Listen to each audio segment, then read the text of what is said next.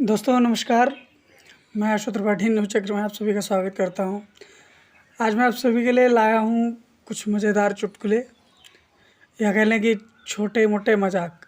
कहते हैं कि अगर परिवार में कोई किसी भी प्रकार से नाक कटवा ले तो उसको समाज से माफ़ी मांगनी चाहिए या उसे उस समाज को छोड़ देना चाहिए। नहीं, दिमाग पे ज़्यादा जोर मत डालिए। इन्हें देखिए, ये हैं विश्व गुरु भारत के यशस्वी प्रधानमंत्री श्री नरेंद्र मोदी जी। मोदी जी 15 जुलाई को वाराणसी के दौरे पर थे। यहाँ पर उन्होंने 1475 करोड़ से ज़्यादा की परियोजनाओं का उद्घाटन और शिलान्यास किया। अब यूपी चुनावों को होने में बहुत ज़्यादा समय तो शेष बचा नहीं है, इसलिए प्रधानमंत्री का यह दौरा चुनावी तैयारियों के लिहाज से अहम माना जा रहा है। अब समझिए कि आखिर हुआ क्या। प्रधानमंत्री ने ऐसा क्या कर दिया कि सोशल मीडिया पर उनकी हर जगह किरकिरी हो रही है।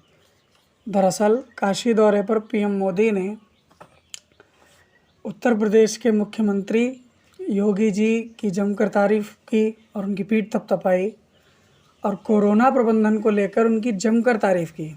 उन्होंने कहा कि सेकेंड वेव के दौरान यूपी ने जिस तरह कोरोना संक्रमण को फैलने से रोका है वह अभूतपूर्व है। मैं काशी के अपने साथियों का, यहाँ शासन प्रशासन से लेकर कोरोना योद्धाओं की संपूर्ण टीम का विशेष रूप से आभारी हूँ। आपने जिस प्रकार से काशी में व्यवस्थाएं खड़ी की वह बहुत बड़ी सेवा है। बस फिर क्या था, रीट्वीट्स की बाढ़ तो आनी ही थी। वैसे मुझे ये समझ में नहीं आ रहा है कि सामने से जनता को मूर्ख बनाने का इतना साहस मोदी जी और उनके साथी कहाँ से लाते हैं। खैर कोई बात नहीं, हो सकता है इस बात में उनको ज़्यादा मज़ा आता हो। आप ये देखिए लोगों ने क्या क्या लिखा है। मंगल सिंह जी रीट्वीट करके लिखते हैं कि नदियों में बहती लाशों पर अपने मुंह में दही जमा लेने वाला एक प्रधान सेवक आज अपने मुंह मिट्ठू बनकर झूठ बोल रहा है और जनता सुन रही है। सच में इस देश की जनता की रगों में अब पानी बहता है, वरना इतना झूठ कौन से देश की जनता सहन कर सकती है। अब मैं मंगल जी से यही कहना चाहूँगा कि वो लाशें गंगा में कहाँ थीं, वो तो तस्वीरें ही नाइजीरिया की थीं। नहीं याद आया तो मैं दिला देता हूँ, ज़रा इन पर गौर फरमाइए। यह हैं बॉलीवुड की जानी मानी अभिनेत्री कंगना राणावत।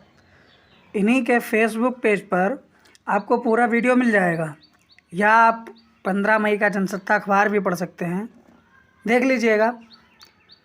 यह भी हो सकता है कि वो लाशें मोदी जी को यूपी में ना दिखाई देकर नाइजीरिया में दिखाई दी हों, इसीलिए उन्होंने इस बात का कोई जिक्र ना किया हो। एक और यूज़र सोनू यादव लिखते हैं, जब कोरोना चल रहा था साहब, तब एक बार काश आप गए होते यूपी तो दिख गई होती हकीकत। गंगा किनारे लाशें, हॉस्पिटल में बेड नहीं, ऑक्सीजन की कमी से लोग मर रहे थे, ये सब आपको दर्शन हो गया होता। लेकिन नहीं, जब सब सही हो गया तो आ गए आप क्रेडिट लेने। साहब जनता मूर्ख है, वरना पूछती तब कहाँ थे आप। मैं केवल इतना ही कहना चाहूँगा कि अगर यूपी आ गए होते तो बंगाल में खेला कैसे होता। मिथिलेश झा जी लिखते हैं कि झूठी तारीफ से पहले कभी अपने चेहरे को आईने में देखिए। जनता मर रही थी और आपकी सरकार बंगाल इलेक्शन की रैलियों में व्यस्त थी। कुछ नहीं किए, कम से कम काशी की जनता से माफ़ी ही मांग लेते। इतनी तो इंसानियत रखते।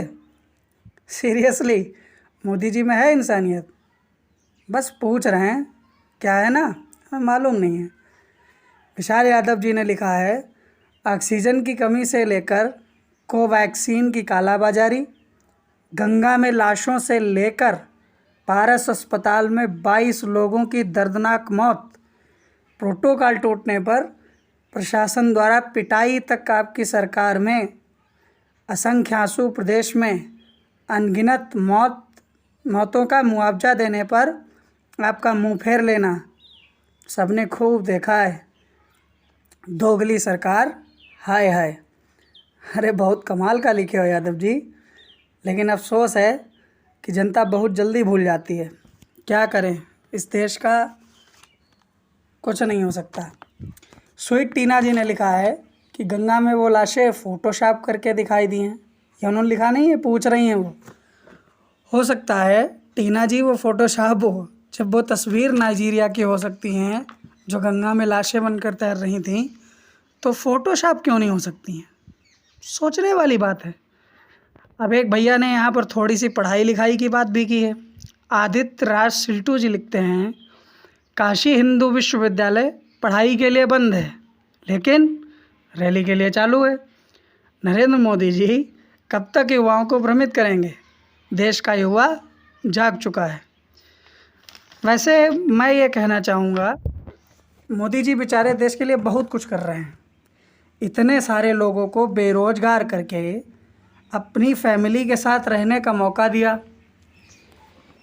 पेट्रोल डीजल महंगा करके साइकिल चलाने का मौका दिया जिससे स्वास्थ्य अच्छा हो, महंगाई बढ़ाकर ये भरोसा दे दिया कि हम चाहें तो कुछ भी कर सकते हैं।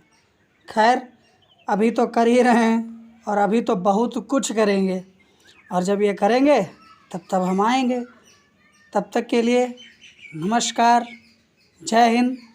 और अगर आपको ये वीडियो पसंद आया हो तो लाइक करिए, शेयर करिए और सब्सक्राइब का बटन दबाना मत भूलिएगा। नमस्कार।